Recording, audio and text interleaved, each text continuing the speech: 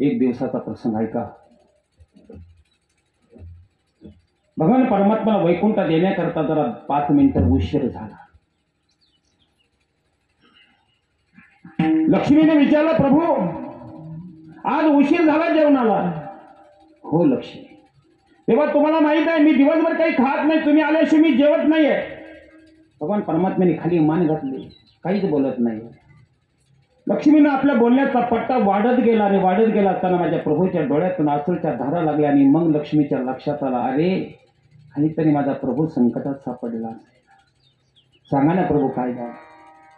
लक्ष्मी ऐक, माझा प्राण सखा आज त्याचं निधान झालंय आणि त्याच्या अंतःसंस्काराला मी थांबलो आणि म्हणून मला उशीर झाला. कोण आहे तुमचा प्राण सखा. प्रभूनं सांगितलं, माझा प्राण सखा आहे कुबेर. कुबेर गेला ग. आपल्या लग्नात ज्यांनी कर्ज दिलं तो. हो, मग मला का नाही सांगितलं. अगं वेळच नव्हता.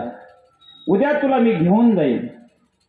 हस्ती विसर्जन करण्याचा सण म्हणजे सावरायचा विधी त्याला घेऊन जाईल. प्रभूनं पुष्पक विमानामध्ये लक्ष्मीला बसवलं. प्रभू खाली आले.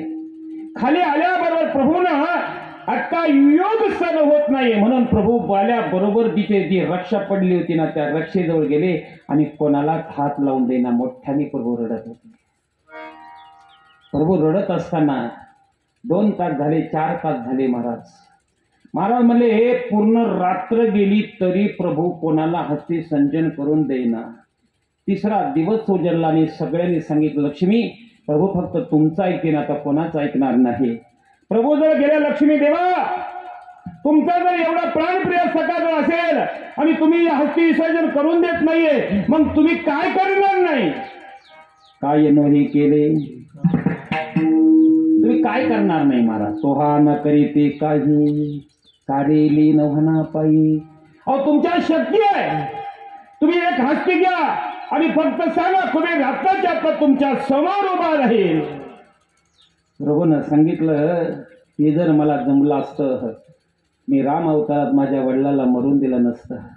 ते जर जमलं असतं माझी कौशल्या मैयाला मी जाऊन दिलं नसतं. हे जर जमलं असतं माझ्या देवकीनं मातेला यशोदा मातेला जाऊन दिलं नसतं.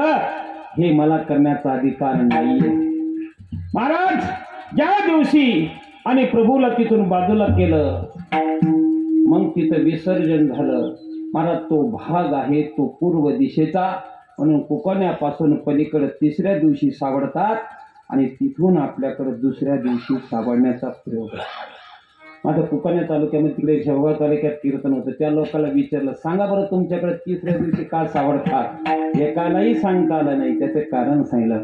प्रभूला विचारलं, प्रभू सांगा ना, एवढा वियोग तुम्हाला सहन झालं नाही प्रभूचा त्या असणाऱ्या याचा. प्रभूनं सांगितलं, थांब मी तुला अजून एक दृष्टांत सांगतो द्वापार युगाचा. ते म्हणले, कृष्ण परमात्म्याच्या अवतारात मी होतो त्यावेळेस मला अर्जुनाने सांगितलं, प्रभू हस्तिनापूर आमच्या ताब्यात आलं आणि हस्तिनापुरातल्या सगळ्या माणसाचं मनोरथ तुम्ही पूर्ण करा म्हणून मला बोलवलं. मी सोन्याच्या सिंहासनावर हस्तिनापुरामध्ये बसलो. लाईन लागलेली होती. सगळेच लोक माझ्याकडे येत होते दर्शनाला. मागा मी देत होतो सगळ्यांना.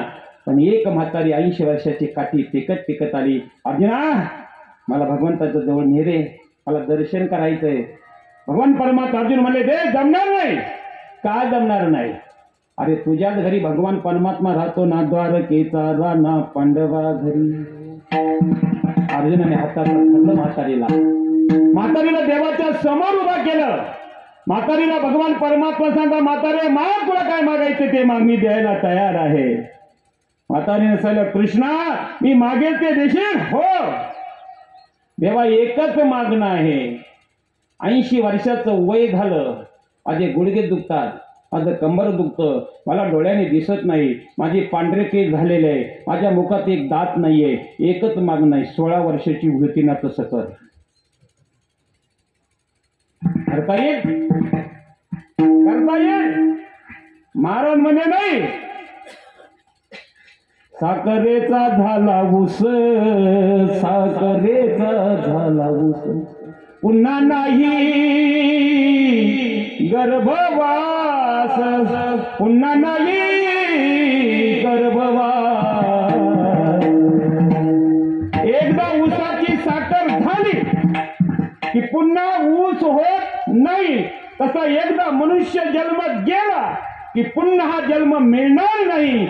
म्हणून तुकाराम महाराज म्हणले, देवा याच जन्मामध्ये माझं असणारं दुःख घालवायची शक्ती तुझ्यात आहे.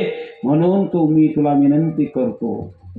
शिनलो बहुत करिता येर धारा, रुखमाईच्या वरा पांडुरंगा.